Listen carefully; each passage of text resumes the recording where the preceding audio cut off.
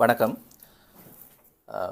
முன்னாள் ஜனாதிபதி மஹிந்த ராஜபக்ஷனுடைய தலைமையிலும் தற்போதைய நாடாளுமன்ற உறுப்பினர் கௌரவ நாமல் ராஜபக்ஷ அவர்களுடைய தேசிய அமைப்பாளராக இருக்கின்ற ஸ்ரீலங்கா பொதுஜன பெரமுன கட்சியினுடைய கிளிநொச்சி மாவட்ட பிரதம அமைப்பாளராக நான் நியமிக்கப்பட்டிருக்கின்றேன். கடந்த திங்கட்கிழமை மஹிந்த ராஜபக்ஷ அவர்களால் இந்த நியமனம் எனக்கு வழங்கப்பட்டிருக்கின்றது. குறிப்பாக ஒரு தூர நோக்கோடு பயணிக்க வேண்டிய தேவை தற்போதைய எங்களுடைய தமிழ் சமூகத்துக்கு இருக்கின்ற காரணத்தினால் இந்த நியமனத்தினை நான் மனதார ஏற்றுக்கொண்டிருக்கின்றேன். ஒவ்வொரு முறையும் தமிழ் மக்களை பொறுத்தவரையிலே பேரம் பேசுகின்ற சக்தியாக தமிழ் மக்கள் பிரதிநிதிகள் இருக்க வேண்டும் என்ற எதிர்பார்ப்பு எல்லோருக்கும் இருக்கின்றது. என்னை பொறுத்தவரையில் பொதுவாக எங்களுடைய கட்சியை பொறுத்தவரையிலே இந்த பேரம் பேசுகின்ற சக்தி என்பதை நாங்கள் ஏற்றுக்கொள்ளவில்லை. ஏனெனில் அந்த ஆட்சியினுடைய பங்காளர்களாக தமிழ் மக்களும் இருக்க வேண்டும். பங்காளராக இருக்கின்ற பொழுது அவர்கள் பேரம் பேசுகின்றவர்களாக இருக்க மாட்டார்கள். எங்கள் உரிமைகளுக்காக உரிமையோடு சேர்ந்து பயணிக்கக்கூடியவர்களாக தமிழ் மக்கள் இருக்க வேண்டும். அதனுடைய ஒரு பயணமாகத்தான் எங்களுடைய கட்சியினுடைய இந்த வளர்ச்சி காணப்படுகின்றது. உங்களுக்கு தெரியும், 2015ஆம் ஆண்டு அடைந்த ஒரு மிகப்பெரிய தோல்வியின் பின்னர் நாங்கள் துவண்டு விடவில்லை. 2019ஆம் ஆண்டு மீண்டும் உள்ளூராட்சி மன்றங்களை நூடாக மீளெழுச்சி பெற்றது தான் ஸ்ரீலங்கா பொதுஜன பெரமுன. அதன் பின்னர் நடைபெற்ற வரலாறுகள் உங்களை அனைவருக்குமே தெரியும். இப்பொழுது எங்களுக்கு மீண்டும் ஒரு வாய்ப்பு கிடைத்திருக்கின்றது. நாமல் ராஜபக்ச அவர்கள் இப்பொழுது தேசிய அமைப்பாளராக தன்னுடைய கட்சியான ஸ்ரீலங்கா பொதுஜன பெரமுனவை பொறுப்பெடுத்திருக்கின்றார். அவருடைய தலைமையின் கீழ் இளைய பரம்பரையினர், இளம் சமூகத்தினர் நாடளாவிய ரீதியிலே தொடர்ந்து பயணிப்பதற்காக காத்திருக்கின்றார்கள். ஒரு தூர நோக்கு பயணம் என்றதை நாங்கள் இதை சொல்லலாம். எடுத்த உடனேயே நாங்கள் நாட்டுடைய அரசியல் போக்களை கவிழ்த்து விட முடியும் என்ற ஒரு பொய் பிரச்சாரத்தினை நாங்கள் பண்ண வரவில்லை. ஒரு நீண்ட கால அடிப்படையிலே அனைத்து மக்களும் ஏற்றுக்கொள்ளக்கூடிய ஒரு வழிமுறையின் அடிப்படையிலே எங்களுடைய பயணம் நிச்சயமாக அமையும் என்பதை நான் இந்த இடத்திலே குறிப்பாக கூறிக்கொள்ள விரும்புகின்றேன். இதனுடைய முதல் கட்டமாக உங்களுக்கு தெரியும், யாழ் மாவட்டத்தினுடைய பிரதம அமைப்பாளராக கீத் அவர்கள் ஏற்கனவே நியமிக்கப்பட்டிருந்தார். அவர் கட்சியினுடைய மத்திய குழுவிலும் இருக்கின்ற காரணத்தினால் நீண்ட ஒரு பயணத்தின் அடிப்படையிலே இங்குள்ள தமிழ் இளைஞர்களையும் உள்வாங்கி கட்சியினுடைய நடவடிக்கைகளை கொண்டு செல்வதற்கான நடவடிக்கைகளை நாங்கள் மேற்கொண்டிருந்தோம். இதனுடைய அடுத்த கட்டமாக கிளிநொச்சி மாவட்டத்திலும் நாங்கள் இதனை இப்பொழுது ஒன்றியிருக்கின்றோம். அதேபோல் வன்னிக்குள்ளும் எங்களுடைய கட்சி சார்ந்தவர்கள் இயங்கிக் கொண்டிருக்கின்றார்கள். இம்முறை நடைபெற இருக்கின்ற உள்ளூராட்சி மன்ற தேர்தல்களிலே தற்சமயம் 339 உள்ளூராட்சி மன்றங்களுக்கான தேர்தல் நடைபெறுவது உறுதியாக இருக்கின்றன. ஏற்கனவே கல்முனை மாநகர சபையினுடைய தேர்தல் இன்னமும் உறுதி செய்யப்படாமல் இருக்கின்றன. அந்த வழக்கு நிலுவையில் இருக்கின்ற காரணத்தினால் எல்பிடி தேர்தல் தொகுதி ஏற்கனவே நடைபெற்று முடிந்திருக்கின்றன. அதிலும் போட்டியிட்டிருந்தோம். ஆக எஞ்சி இருக்கின்ற இந்த 339 உள்ளூராட்சி மன்றங்களிலும் அதில் பெரும்பான்மையானவற்றிலே மொட்டு சின்னத்திலே ஸ்ரீலங்கா பொதுஜன பெரமுன கட்சி தனித்து போட்டியிடுவதற்கான சாத்தியக்கூறுகள் இருக்கின்றன. ஒரு சில பிரதேசங்களிலே, ஒரு சில உள்ளூராட்சி மன்றங்களிலே எங்களுடைய பங்காளி கட்சிகளுடன் சேர்ந்து பயணிக்கக்கூடிய சூழ்நிலைகளும் இருக்கின்றன. அது அந்தந்த பிரதேசங்களிலும் அந்தந்த உள்ளூராட்சி மன்றங்களுடைய கள அடிப்படைகளை மையமாக வைத்து அடுத்த கட்ட நகர்வழிகளை நாங்கள் கொண்டு நிகழ்த்தலாம் இருக்கின்றோம். குறிப்பாக இப்படி ஒரு இக்கட்டான சூழ்நிலை ஏன் தமிழ் மக்கள் ஸ்ரீலங்கா பொதுஜன பெரமுனுடன் தொடர்ந்து பயணிக்க வேண்டும், சேர்ந்து பயணிக்க வேண்டும் என்ற கேள்வி அனைவர் மத்தியிலேயுமே இருந்தது. நான் இந்த பதவியினை பொறுப்பேற்ற பொழுதும் என்னிடமும் இந்த கேள்வியினை கேட்டிருந்தார்கள். நான் அதுக்கான பதிலைத்தான் நான் ஏற்கனவே சொல்லியிருந்தேன். நாங்கள் வெறும் பேரம் பேசும் சக்திகளாக இருக்க வேண்டும் என்று நினைப்பவர்களை விட நாங்களும் ஒரு பங்காளிகளாக எங்களுடைய உரிமைகளோடு கேட்டு பெறுவதையும் விட உரிமைக்காக பயணிப்பவர்களாக, சேர்ந்து பயணிப்பவர்களாக இருக்க வேண்டும் என்றதுதான் என்னுடைய நோக்கம். அதுக்கான அடித்தளத்தினை நாங்கள் இப்பொழுது இட்டிருக்கின்றோம். அதை நோக்கிய நகர்வுகள் தான் எங்களுக்கு இருக்கும். இம்முறை நிச்சயமாக ஒரு பாரிய ஒரு மாற்றத்தினை எங்களினால் கொண்டு வர முடியாமா என்று எதிர்பார்க்காத போதிலும் ஒரு சில தொகுதிகளிலே எங்களுடைய மாற்றங்களை நீங்கள் காணக்கூடியதாக இருக்கும். தற்போதைய அரசாங்கத்தினுடைய வாக்குறுதிகளும் வழங்கிய வாக்குறுதிகளும் அதை மீறி நடந்து கொண்ட செயல்பாடுகளிலும் அதிருப்தி உற்றிருக்கின்ற மக்களினுடைய தெரிவாக இந்த இளம் சமுதாயத்தினுடைய எதிர்காலத்தினை நோக்கிய பயணத்தை அவர்கள் ஏற்றுக்கொண்டு ஸ்ரீலங்கா பொதுஜன பெரமுனவுக்கு வாக்களிக்கக்கூடிய சூழ்நிலை தற்சமயம் களத்திலே காணப்படுவதை நாங்கள் அவதானிக்கக்கூடியதாக இருக்கின்றோம். அதனுடைய அடிப்படையிலே நிச்சயமாக ஒரு சில மாற்றங்களை இந்த உள்ளூராட்சி மன்ற தேர்தல் முடிவுகள் எடுத்து எம்பும் என்ற ஒரு நம்பிக்கை இருக்கின்றது. இது ஒரு தூர நோக்கான பயணம், ஒரு லாங் விஷன் என்று சொல்வார்கள். அந்த லாங் விஷனை நோக்கிய ஒரு பயணம். இந்த பயணத்தில் அனைவருமே ஒன்றிணைய வேண்டும் என்று நாங்கள் கேட்டுக்கொள்கின்றோம். குறிப்பாக தமிழ் இளைஞர்கள் இந்த உள்ளூராட்சி மன்றங்களிலே போட்டி போட விரும்புகின்ற தமிழ் இளைஞர்கள் நிச்சயமாக எங்களோடு சேர்ந்து பயணிக்கலாம். அது யாழ் மாநகர சபை தேர்தலிலாக இருக்கட்டும், இல்லாட்டி நல்லூர் தொகுதியாக இருக்கட்டும், இல்லையல் கிளிநொச்சி மாவட்டத்தில் இருக்கின்ற கரைச்சி பிரதேச சபையோ, பச்சிலப்பள்ளி பிரதேச சபையோ, இல்லாட்டி பூனேரி பிரதேச சபையோ, இல்லையல் வன்னிக்குள் இருக்கின்றவர்களோ, எங்கு வேண்டுமென்றாலும் இந்த இளைஞர்களும் எங்களோடு சேர்ந்து பயணிக்க வேண்டும் என்ற ஒரு பகிரங்க அழைப்பையும் நான் உங்களுக்கு இந்த இடத்துல நான் விடுக்க விரும்புகின்றேன். நிச்சயமாக இது உங்களுடைய எதிர்காலம். இந்த எதிர்காலத்தில் அரசியலை எவருமே கற்றுக்கொள்ள வேண்டும். அரசியல் என்பது உங்களுக்கு புறம்பான ஒன்று அல்ல. நாங்கள் எதிர்ப்பு அரசியல் மட்டும்தான் அரசியல், இணக்க அரசியல் என்பது ஒரு சாபக்கேடு என்ற ஒரு மனநிலையில் நாங்கள் வாழ்ந்து கொண்டிருக்கணும். அப்படி அல்ல. அரசியல் என்பதுக்குள் நாங்கள் தெரிந்தோ தெரியாமலோ அனைத்து மக்களுமே ஒன்றாக பயணிக்க வேண்டிய ஒரு நிர்பந்தம் எங்களுக்கு இருக்கின்றது. அதை நோக்கி நகருகின்ற பொழுதுதான் ஒரு தூய்மையான எங்களுடைய தூர நோக்கு திட்டத்தோடு இந்த இலங்கையர்கள் என்ற ஒரு கட்டுக்கோப்புக்குள் அனைவரும் ஒன்றிணைந்து பயணிக்கக்கூடிய ஒரு சூழல் உருவாகும். ஆக இந்த பயணத்தில் நீங்களும் எங்களோடு இணைந்து கொள்ள வேண்டும் என்று நான் வேண்டிக் கொள்ள விரும்புகின்றேன். பிபிடிபியோடு யாழ்ப்பாணம் தேர்தல் மாவட்டத்தில் இணைந்து போட்டியிடுவதற்கான பேச்சுக்கள் நடைபெற்றதாக செய்திகள் வெளிவந்திருந்தது. அது சாத்தியப்படக்கூடிய சூழ்நிலை இருக்கிறதா? பேச்சுவார்த்தைகள் நடந்து கொண்டிருக்கின்றன. ஏற்கனவே எங்களுடைய ஆட்சி தலைமையோடு அவர்கள் இணைந்து பயணித்தவர்கள், எங்களுடைய பங்காளிகளாக இணைந்து பயணித்தவர்கள். குறிப்பாக எங்களுக்கு ஒரு மரபு இருக்கின்றது, எங்களுடைய கட்சியினுடைய ஒரு மரபு இருக்கின்றது. எங்களுடைய பங்காளி கட்சிகளுக்கான எந்த விதமான அழுத்தங்களையோ இல்லை அவர்களை விட்டு பயணிக்கின்ற ஒரு மரபுக்கு விரோதமான செயல்களையோ ஸ்ரீலங்கா பொதுஜன பெரமுன எப்பொழுதுமே செய்யவில்லை, இனிமேலும் செய்ய போவதில்லை. ஆக நாங்கள் இக்கண்டான சூழ்நிலையில் பயணித்த பொழுது எங்களோடு இயங்கிய அனைத்து பங்காளி கட்சிகளையும் நாங்கள் அரவணைத்து அவர்களுக்கான மரியாதையை இப்பொழுதும் நாங்கள் கொடுத்து கொண்டிருக்கின்றோம். அதேபோல் இபிடிபியோடும் நாங்கள் பேசிக்கொண்டிருக்கின்றோம். எங்களுடைய தலைமை தொலைபேசி வாயிலாகவும் பேசியிருந்தது. அதனுடைய உயர்மட்ட குழு நேரடியாகவும் பேச்சுவார்த்தையில் ஈடுபட்டு கொண்டிருந்தார்கள். இன்னமும் ஒரு தீர்க்கமான முடிவை அவர்கள் எங்களுக்கு அறிவிக்கவில்லை. ஒருவேளை அவர்கள் உள்ளூராட்சி மன்றங்களிலே அவர்கள் எந்த நிலைப்பாட்டை எடுக்க இருக்கின்றார்கள் என்பதை அவர்கள் இன்னும் வெளிப்படையாக அறிவிக்கவில்லை. நாங்கள் பேசிக்கொண்டிருக்கின்றோம், பார்ப்போம் அவர்கள் எந்த முடிவினை அறிவிக்கின்றார்களோ அதை ஒத்து இருக்கும் வந்து அவர்கள் எப்பொழுதும் எங்களுடைய பங்காளிகளாகவும் இருக்கின்றார்கள் என்பதை நான் இதில் கூறிக்கொள்ள வேண்டும். புதிதாக பொறுப்படுத்திருக்கின்ற அரசாங்கம் குறிப்பாக யாழ்ப்பாண மாவட்டத்திலே இருக்கக்கூடிய பிரதிநிதிகள் 4 பேர் இருக்கிறார்கள். இவர்களுடைய அரசியல் செயற்பாடுகள் முன்னெடுப்புகள் எப்படி இருக்கிறது? அரசியல் செயற்பாடு என்பது ஒவ்வொருவருக்கும் ஒவ்வொரு விதமானதாக இருக்கும்.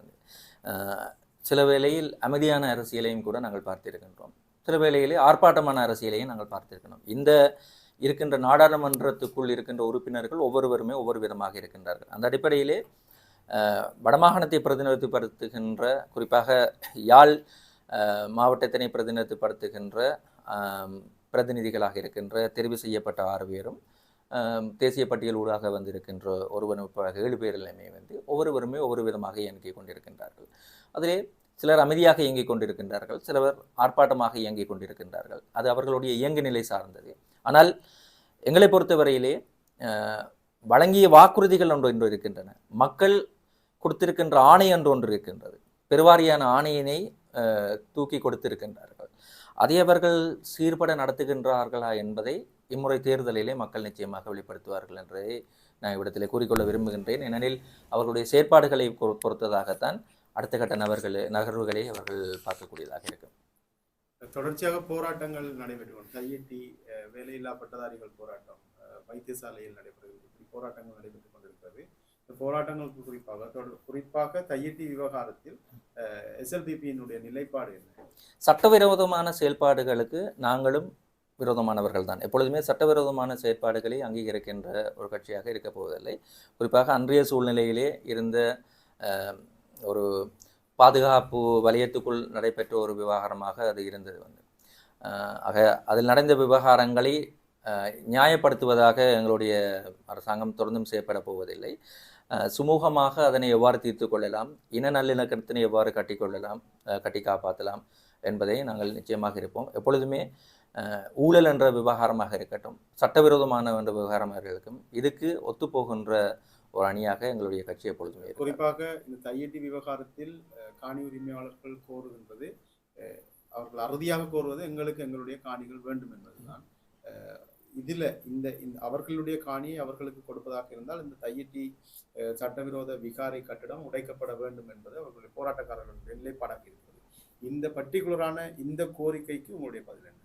இல்லை, உடைக்க வேண்டும் என்பது சட்டவிரோதம் என்றால் கண்டிப்பாக உடைக்கும். ஏன்னா ஒரு நீங்கள் தெரியும், உங்களுக்கு ஒரு மாநகர சபைக்கு உட்பட்ட ஒரு மதிலே நீங்கள் ஒரு அடி மேலதிகமாக கட்டிவிட்டாலே அது சட்டவிரோதம் என்றால் கண்டிப்பாக உடைக்கக்கூடியதாக இருக்கும். அது கோயில் மதிலாக இருந்தான, பள்ளியினுடைய மதிலாக இருந்தான, பன்சலை மதிலாக இருந்தான, எந்த மதிலாக இருந்தாலும் அவர்களுடைய வரையறைக்கு மேற்படுகின்ற விடயங்களை உடைக்க வேண்டும். அது மதிலாக இருக்கின்ற பொழுது இது ஒரு சட்டவிரோதமாக வழக்கு தொடரப்பட்டு இனிமே யாருமே வழக்கு தொடரவில்லை, அது ஒரு பிரச்சனையாக இருக்கின்றது.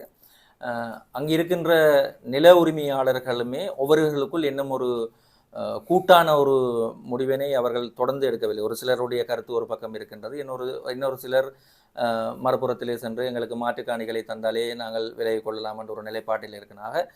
ஒட்டுமொத்தமாக அனைவருமே ஒன்றிணைந்து ஒரு முடிவுக்கு வருகின்ற பொழுது அந்த மக்களுடைய எதிர்பார்ப்புகளோடு நாங்கள் இணைந்து பயணிப்பதற்கு தயாராக இருக்கின்றோம். தாங்கள் அரசியலுக்கு வேண்டிய நோக்கம் தமிழ் தேசிய கட்சிகள் இருக்கத்தக்க தேசிய கட்சிகளில் வந்து களமிறங்குறீங்க, அதுக்கான காரணம்?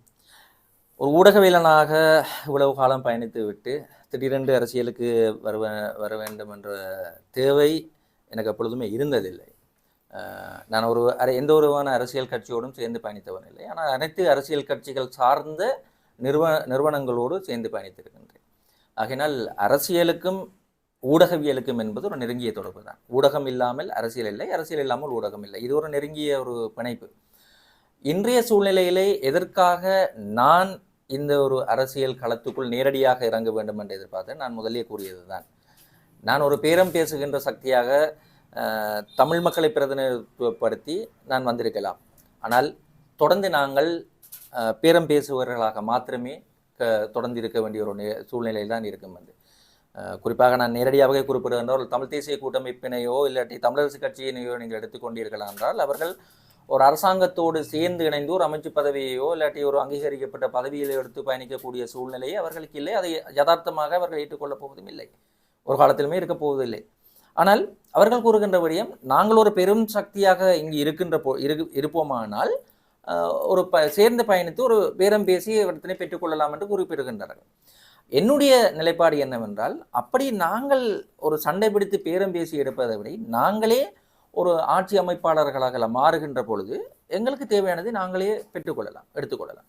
அப்போ அதுக்காகத்தான் என்னுடைய இந்த பயணம் இருக்கின்றதே தவிர வேறு விதமான ஒரு தேவைகளுக்காகவும் இல்லை.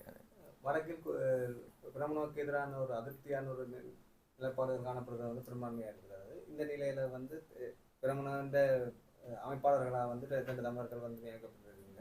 இந்த வடக்கிலே உங்களுடைய அடுத்த செயற்பாடுகள் இருக்கும், அந்த மனங்களை வெல்லக்கூடிய மாதிரியான? நிச்சயமாக எங்களுடைய செயற்பாடு மனங்களை வெல்லக்கூடியதாகத்தான் இருக்கும். நான் ஏற்கனவே சொன்னது போல் இளைஞர்களுக்கான ஒரு திறந்த களமாக ஸ்ரீலங்கா பொதுஜன பிரமுன புகட்டுவனுடைய களம் விரிந்திருக்கின்றது. இந்த களத்துக்குள் இளைஞர்களை அவர்களுடைய அபிலாஷைகளோடு சேர்ந்து பயணிப்பதற்கான ஒரு களமாக இருக்கும்.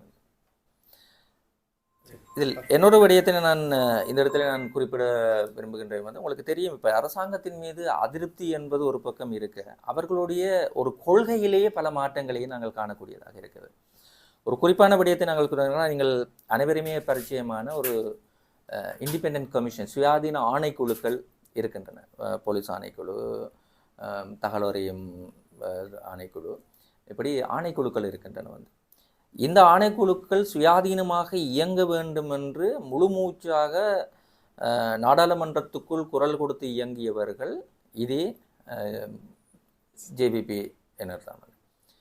ஆனால் இன்று அந்த சுயாதீன ஆணைக்குழுக்களுடைய குரல் வலையே எட்டிப்பிடிக்கின்ற ஒரு நிலைமைக்கு அவர்கள் மாறியிருப்பதாக நாங்கள் அறிய கிடைக்கின்றோம். குறிப்பாக பார்த்தீர்களானால் பொலிஸ் ஆணைக்குழுக்குள் இடம்பெறுகின்ற விடயங்களை பற்றி ஏற்கனவே பொலிஸ் ஆணைக்குழுடைய சுயாதீன தன்மையை பற்றி பரவலாக இப்பொழுது பேச நீங்கள் கேட்டிருப்பீர்கள். அவர்களுடைய குரல் வலை எவ்வளவு தூரம் நசுக்கப்பட்டு கொண்டிருக்கின்றது என்பதையும் நீங்கள் பார்த்திருப்பீர்கள், கேள்விப்பட்டிருப்பீர்கள். அதே போல் இப்பொழுது நீங்கள் நிச்சயமாக இன்னொரு சில நாட்களில் இது வெளிப்படையாக உங்களுக்கு தெரிய வரக்கூடும். ஆர்டிஐ கமிஷன் தலைவர் ஒரு நிர்பந்தத்தின் அடிப்படையிலே பதவி விலகி இருப்பதாக அறிய கிடைக்கின்றது. அதனுடைய கமிஷனர்ஸும் ஒரு சிலர் ரிசைன் பண்ணியிருப்பதாகவும் அறிகின்றோம். அதுக்கான மீள்நிரப்புகளுக்கான ஏற்பாடுகளும் நடந்து கொண்டிருக்கின்றதாகவும் அறிகின்றோம். அது உங்களுக்கு தெரியும், இலங்கையை பொறுத்தவரையிலே மிக ஒரு சுயாதீனத்தினுடைய உச்சகட்டமாக பார்க்கப்பட்டது இந்த ஆர்டிஐ கமிஷன். எந்த விதமான தலையீடுகள் ஸ்ரீலங்கா பொதுஜன பெரமுனுடைய காலத்திலேயும் கூட நாங்கள் எப்பொழுதுமே அவர்களுடைய சுயாதீனத்தன்மையிலே எந்த விதமான கேள்விகளையும் எழுப்பவில்லை, அவர்களுக்கான அழுத்தம் உங்களுக்கு இருக்கவில்லை. ஆனால் இன்று நாங்கள் எல்லாத்தையுமே சாதிப்போம், எங்களுடைய ஒரு கட்டுமுறை ஒரு வரையறைக்கு அப்பால்பட்டு நாங்கள் ஒரு சுயாதீனத்தன்மையையும் மக்களுடைய மனதையும் வெல்வோம் என்று கூறிக்கொண்டு ஆட்சியேறியவர்கள் இன்று அவர்களுடைய சுயாதீன ஆணைக்குழுக்களுடைய குரல் வலையை நசிக்கின்றவர்களாக மாறியிருப்பது மிக வேதனைக்குரிய ஒரு விஷயம். இவ்வாறான கீழ்த்தரமான செயல்களில் இருந்தும் இந்த அரசியல் செயற்பாட்டாளர்கள் மீள்வர வேண்டுமென்று நாங்கள் எதிர்பார்க்கின்றோம். இந்த அநியாயங்களுக்கான குரலாகவும் எப்பொழுதுமே எஸ்எல்பிபி தொடர்ந்து குரல் கொடுக்கும் என்பதையும் நான் உறுதியாக கூறிக்கொள்கிறேன். இறுதியாக நடைபெற்ற உள்ளூராட்சி மன்ற தேர்தலிலே அதிக சபைகளை ஸ்ரீலங்கா பொதுஜன பெரமுன தான் கைப்பற்றியிருந்தது. இந்த தேர்தலிலும் அது நடக்கும் என்று எதிர்பார்க்கலாம். பெருவாரியான ஒரு வெற்றியை நாங்கள் இம்முறை நாங்கள் எதிர்பார்க்க விட்டாலும் கூட நான் ஏற்கனவே நான் குறிப்பிட்டது போல் 2019ஆம் ஆண்டு எங்களுடைய மீள் வருகைக்கு அடித்தளமாக அமைந்தது இந்த உள்ளூராட்சி மன்றங்கள் தான். இம்முறையும் அதற்கான ஒரு சந்தர்ப்பம் எங்களுக்கு கிடைத்திருக்கின்றது. நிச்சயமாக நாங்கள் இருக்கின்றோம். பாரியளவான ஒரு திருப்பு முனையாக இல்லாத போதிலும் பல்வேறு தொகுதிகளை பல்வேறு உள்ளூராட்சி மன்றங்களை ஸ்ரீலங்கா பொதுஜன பெரமுன தனித்து வெற்றி பெறும் என்ற நம்பிக்கை எங்களுக்கு இருக்குது. அதற்கான ஆணையினை மக்கள் எங்களுக்கு வழங்குவார்கள் என்ற நம்பிக்கையும் எங்களுக்கு இருக்குது. ஸ்ரீலங்கா பொதுஜன பெரமுன கட்சியின் கிளிநொச்சி மாவட்ட பிரதம அமைப்பாளர் மதனவாசன் இன்று யாழ் ஊடக மையத்தில் ஊடக சந்திப்பை நடாத்தி கருத்து தெரிவித்தார். அவர் அங்கு கருத்து தெரிவிக்கையில், அச்சுவேலி கைத்தொழில்பேட்டையினை கைத்தொழில் அமைச்சர் சுனில் ஹந்துன்னெத்தி இன்று பார்வையிட்டார். கைத்தொழில் துறையை மேம்படுத்தும் நோக்கில் குறித்த இடத்துக்கு விஜயம் மேற்கொண்டார். இதன்போது அச்சுவேலியில் இயங்கி வரும் மரக்கறி எண்ணெய் உற்பத்தி செய்யும் நிலையத்தினை பார்வையிட்டு அதன் செயற்பாடுகள் தொடர்பில் ஊழியர்களுடன் கலந்துரையாடினார். இதன்போது கடற்தொழில் அமைச்சர் சந்திரசேகர், நிதி திட்டமிடல் பிரதி அமைச்சர் கஸ்தன சூரிய பெரும, பாராளுமன்ற உறுப்பினர்களான இளங்குமரன், ஸ்ரீ பவனந்தராஜா, யாழ்ப்பாண மாவட்ட அரசாங்க அதிபர் மா பிரதீபன், கோப்பாய் பிரதேச செயலாளர் சிவஸ்ரீ உள்ளிட்டோர் கலந்து கொண்டனர். இதன்போது கருத்து தெரிவித்த அமைச்சர் சுனில் ஹந்துன்னெத்தி, அனைத்து கைத்தொழில் நிலையங்களையும் மேம்படுத்தி அவற்றின் வினைத்திறனை அதிகரிக்கும் நோக்கில் குறித்த களப்பணி இடம்பெற்று வருவதாக குறிப்பிட்டார். மேலும் வெளிநாட்டு முதலீட்டாளர்கள், உள்நாட்டு முதலீட்டாளர்கள் இன மத மொழி பேதங்களை கடந்து அனைவரையும் உள்வாங்கி பாரிய தொழில் முயற்சிகளை மேற்கொள்வதற்கு தாம் தயாராக உள்ளதாக தெரிவித்தார். அதேபோல் தேசப்பந்து தென்னக்கோனை கைது செய்வது தொடர்பாக ஊடகவியலாளர் எழுப்பிய கேள்விக்கும் பதில் வழங்கினார்.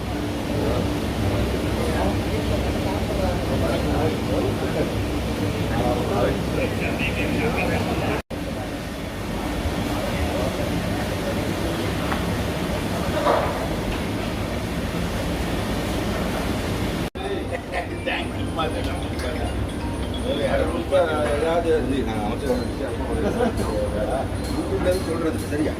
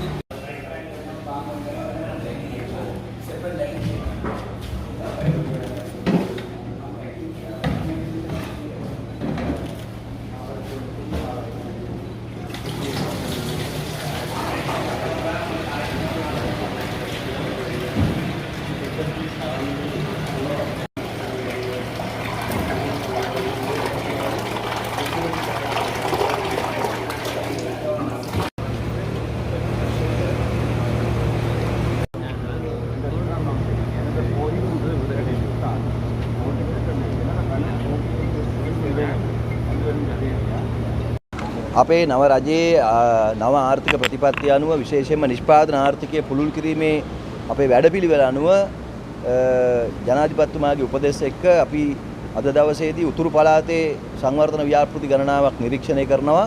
විශේෂයෙන් අපේ බලාපොරොත්තුව කංකසන්තුරේ ප්‍රදේශයේ උතුරු පළාතටම විශේෂ වෙච්ච විශාලතම කර්මාන්ත පුරයක් නිර්මාණය කිරීම. ඒ සඳහා අයවැය යෝජනා ඉදිරිපත් වෙලා තියෙනවා. ඒ සඳහා අවශ්‍ය කරන භූමිය නිදහස් කර ගැනීම පිළිබඳව තමයි අපි වැඩිපුර සලකා බලන්නේ.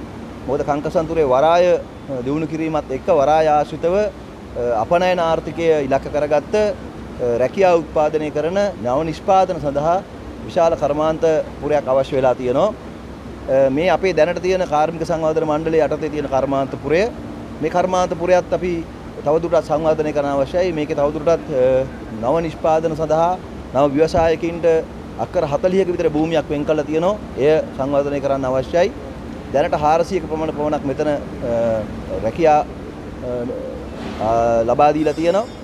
විශේෂයෙන්ම කංකසන්තුරේ සිමෙන්ති කර්මාන්ත ශාලාව ආශ්‍රිතව තියෙනවා තව අක්කර 300ක පමණ නිදහස් කළ හැකි භූමිය.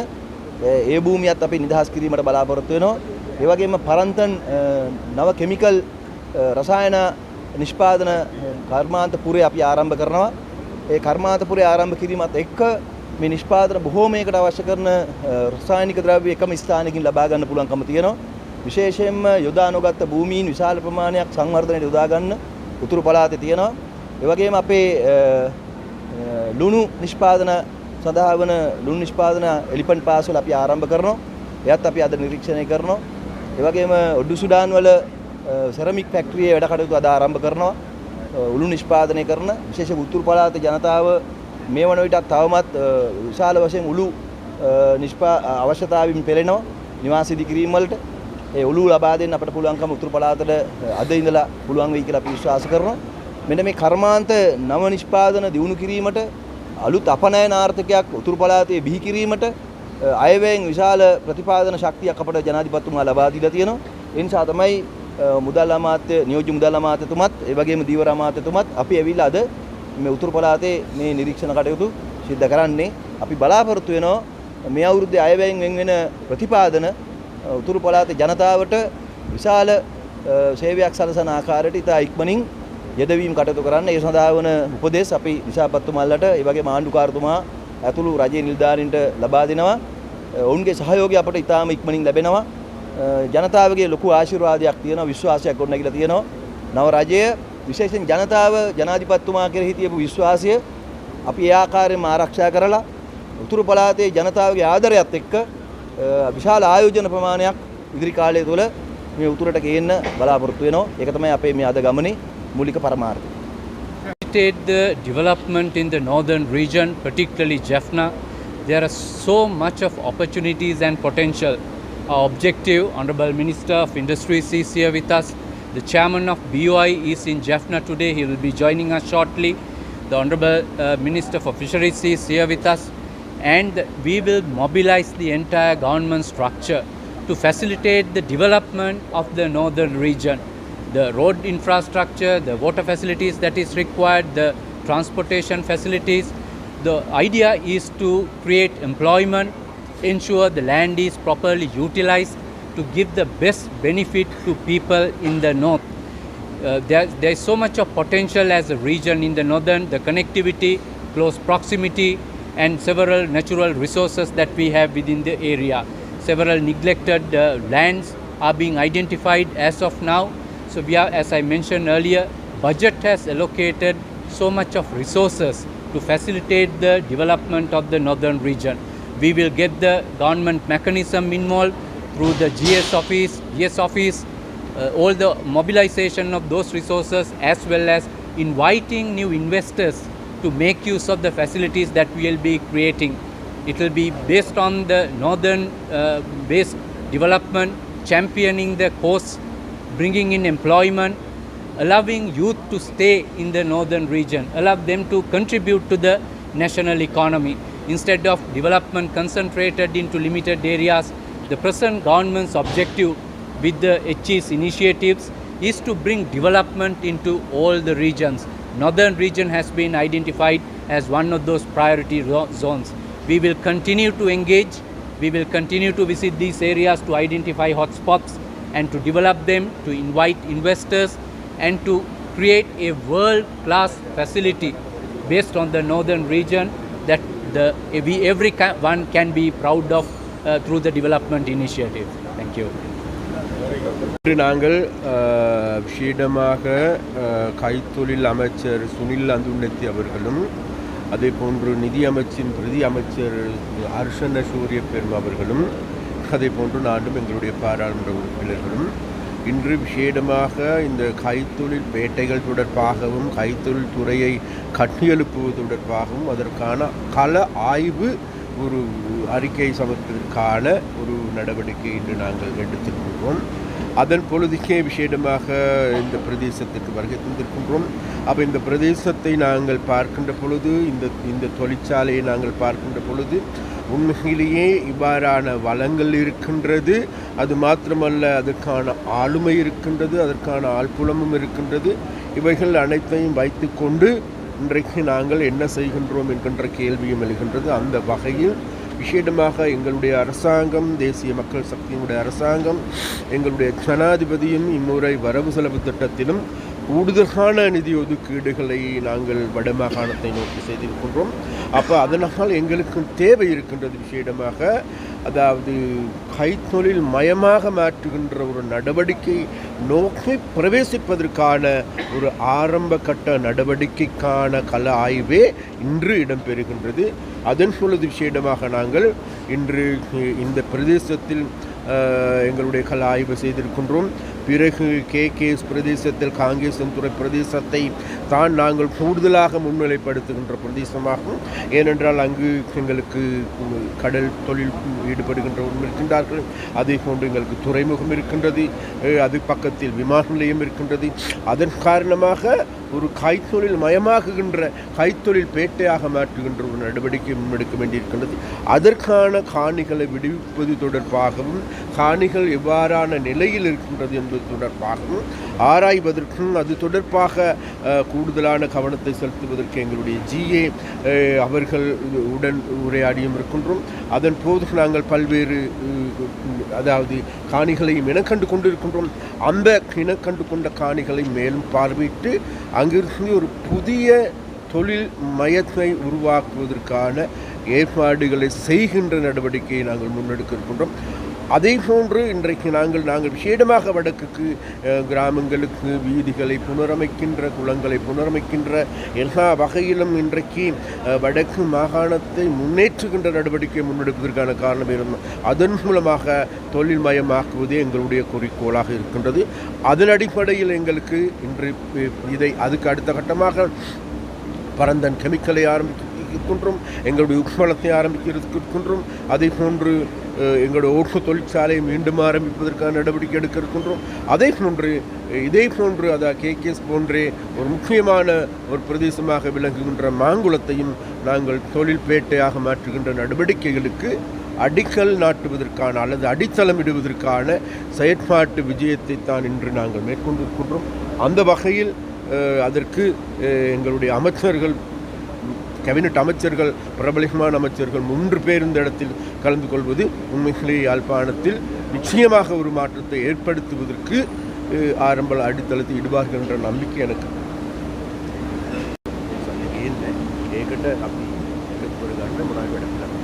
ශ්‍රී ලාංකිකයෝ හැමදෙනාටම විශේෂයෙන් ශ්‍රී ලංකා ඩයස්පෝරාව ලෝකේ හැම රටකම ඉන්න අය සිංහල දෙමළ මුස්ලිම් ભેදයකින් තොරව අද ලෑස්ති වෙලා ඉන්නවා ලංකාවට ආයෝජන ගේන්න. මොකද මීට කලින් ඒ අයට තිබිච්ච ප්‍රශ්න කීපයක් තියෙනවා. මොකද ඒ අය ආයෝජන ඉදිරිපත් කර ගමන් පගාව ඉල්ලනවා. විශේෂයෙන් දේශපාලකයෝ ඇමතිවරු තමයි වැඩිම පගාව ඉල්ලලා තියෙන්නේ. අද අපේ ආණ්ඩුවේ කිසි කෙනෙක් රුපියලක්වත් පගාව දෙන්න අවශ්‍ය නැහැ. ජනාධිපතිතුමා ඉතා පැහැදිලිව කියලා තියෙනවා ආයෝජකින්ට වතුර වීදුරුවක්වත් අපට එපා කියලා. ඒ නිසා ආයෝජකයන්ට බය නැතුව නිදහසේ එන්න පුළුවන්. ඉතින් අපි ශ්‍රී ලංකික ඩයස්පෝරාව ලෝකේ හැම රටකම ඉන්නවා. ඒ හැමෝටම ආරාධනා කරනවා එන්න අපිත් එක්ක එකතු වෙලා මේ රටට ආයෝජන ගේන්න කියලා. විශේෂයෙන් උතුරු පළාතෙන් එළියට ගියපු විශාල පිරිසක් ඉන්නවා මේ සහෝදර ජනතාව, තරුණයෝ. ඒගොල්ලොන්ට මේ තමන්ගේ මව්බිම ඇවිල්ලා මේ රටට ආයෝජනය කරන්න පුළුවන්. ඒක රංකාවේ උතුර දකුණ ભેදයක් නැහැ. ඕන තැනක එයාට ආයෝජනය කරන්න පුළුවන්. ඒකේ බාධාවක් නැහැ. අපිට තිබිච්ච බාධා ගණනාවක් තිබුණා. විශේෂයෙන්ම ආයෝජකයෙකුට ලංකාවට ආවම ලියාපදිංචි කරන්න විශාල කාලයක් යනවා. ආයතන ගණනාවකින් ලියාපදිංචිය ගන්න ඕන. ඒ හැමතැනම පගාව දෙන්න ඕනකම තිබුණා. දැන් ඒක නැහැ. සිංගල් වින්ඩෝ සිස්ටම් එකක් අපි හදලා තියෙනවා. එක තැනකින් අවශ්‍යතාවය අනුව වැඩ කරගන්න පුළුවන්. දැන් ඩිජිටල් ආර්ථික අමාත්‍යාංශයක් තියෙනවා. ආර්ථිකයේ රජයේ කටයුතු පේමන්ට් කරන ඒවා ගෝවි පේ වැඩසටහන යටතේ අපි දැන් ඩිජිටල් කරලා තියෙනවා. අපි අනුමැතින් කරගන්න ඒවත් අපි බලාපොරොත්තු වෙනවා. එක තැනකදී සියල්ල කරගන්න ඉඩකඩ හදලා දෙන්න. අපි ඇත්තටම අපේ අනුමත කරන හැම ආයතනයකටම KPIs දෙන්න දැන් තීරණය කරලා තියෙනවා. නිශ්චිත කාලයක් තුළ අනුමැතිය ලබා දෙන්න අවශ්‍යයි. ඒක තමයි ප්‍රධාන ප්‍රශ්නය. ඊළඟට අපිට තිබිච්ච ලොකුම ප්‍රශ්නයක් තමයි අපේ ආනයනය කරන අමුද්‍රව්‍ය වලටත් විශාල බදු ගෙවන්න සිද්ධ වුණා. නමුත් අපි දැන් ඉදිරියේදී කල්පනා කරලා තියෙනවා අපනයන කටයුතු සඳහා ආනයනය කරන අයට අමුද්‍රව්‍ය රටෙන් එළියට විදේශ විනිමය ගේන්න අපනයන කටයුතු කරන්න ආනයන කරන අයට අපේ නව බදු ක්‍රම යටතේ විශාල බදු සහන ලබා දෙන්න තීරණය කළා තියෙනවා. එතකොට ආයෝජකයින්ට තියෙන ප්‍රශ්න ප්‍රධාන තුනයි. එකක් නිලධාරි මට්ටමේ ඉඳලා දේශපාලකයෝ දක්වා පගාව දෙන්න සිදු වෙච්ච එක. ඒක දැන් නැහැ. ඊළඟට ලියාපදිංචි කරගන්න ගියාම ආයතන ව්‍යාපාර ආරම්භ කරන්න ගියාම අවසර ගැනීමේ දුෂ්කරතා ගොඩක් තිබුණා. අපි ඒක අවම කරන්න දැන් කටයුතු කරමින් ඉන්නවා. ඊළඟට ප්‍රධාන වශයෙන් යන්ත්‍ර සූත්‍ර සහ අමුද්‍රව්‍ය වලට බදු ගෙවන්න සිද්ධ වුණා. ඉතිහාසයේ ගොඩක්. නමුත් ඒවා අද පහසුකම් සලසන තීරණය කළා තියෙනවා. නියෝජ්‍ය මුදල් අමාත්‍යතුමත් මමත් අද මේ කර්මාන්ත පුර බලන්න ආවෙම විශේෂයෙන් මේ නව පහසුකම් ලබා දෙන්නේ කොහොමද කියන එක පිළිබඳව සාකච්ඡා කරන්න ජනාධිපතිතුමා ඒ වෙනුවෙන් විශේෂයෙන්ම අපි යොමු කරලා තියෙනවා මේ පළාතේ ආයෝජන අවස්ථාව සඳහා පුළුවන් තරම් ජනතාව දැනුවත් කරන්න කියලා. එතන විශේෂයෙන්ම නියෝජ්‍ය මුදල් අමාත්‍යතුමා කිව්ව ආකාරයටම අපේ තරුණයින්ට අපි ආරාධනා කරනවා මේ රට දාලා යන්න නෙමෙයි දැන් මේ රටට එන්න මේ ඔබේ රට සිංහල දෙමළ මුස්ලිම් බර්ග මැලේ හැමෝගෙම රට ඔබ විදේශගත වෙලා උපයපු හැම මුදලක්ම දැන් රටට එවන්න හොඳම සුදුසුම කාලය ඇවිල්ලා තියෙනවා. ඒකින්ද ලෝකේ පුරාම රටවල් වල ඉන්න විශේෂයෙන් අපේ තානාපති සේවාවල් අපි ඒ වෙනුවෙන් යොමු කරලා තියෙනවා. නව තානාපතිවරුන්ට අපි දැනුවත් කරලා තියෙනවා ශ්‍රී ලංකන් ඩයස්පෝරාවත් එක්ක වැඩ කරලා ඒගොල්ලොන්ගෙන් සහයෝගය ගන්න කියලා. රටේ නීතිය කාටත් එකයි. ඕන බන්දු කෙනෙකුට එක නීතියයි තියෙන්නේ. ඉස්සර තමයි බන්දුලා හැංගිලා හිටියේ. ඇරස්ට් ඕඩර් ආවම පොලිස්පති හිටියා ඇමතිගේ ගෙදර. ඒ කාලේ ගියා. දැන් ශ්‍රී ලංකා පොලිසියත් නිදහසේ වැඩ කරන්නේ. ඒ හින්දා හැම බන්දුටම මේ නීතියෙන් ගැලවෙන්න බෑ. A journey on a new chapter, on a new route. We want the northern province, Jaffna, to be famous in the next 5 to 10 years for new things. We want northern area to be famous for employment creation. We want Jaffna and the northern region be famous for industries. We want Jaffna and northern region be famous for entrepreneurship. We want Jaffna and the northern region to be famous for exports. We want Jaffna and the northern region to be famous for tourism. Government will be providing a lot of facilities and initiatives targeting these developments. We invite all friends and families across the globe, particularly people who are living overseas at the moment with origins and connections to the northern region. We would like to invite them. Now is the time. This is the time to invest in Sri Lanka, to work with the team on the ground.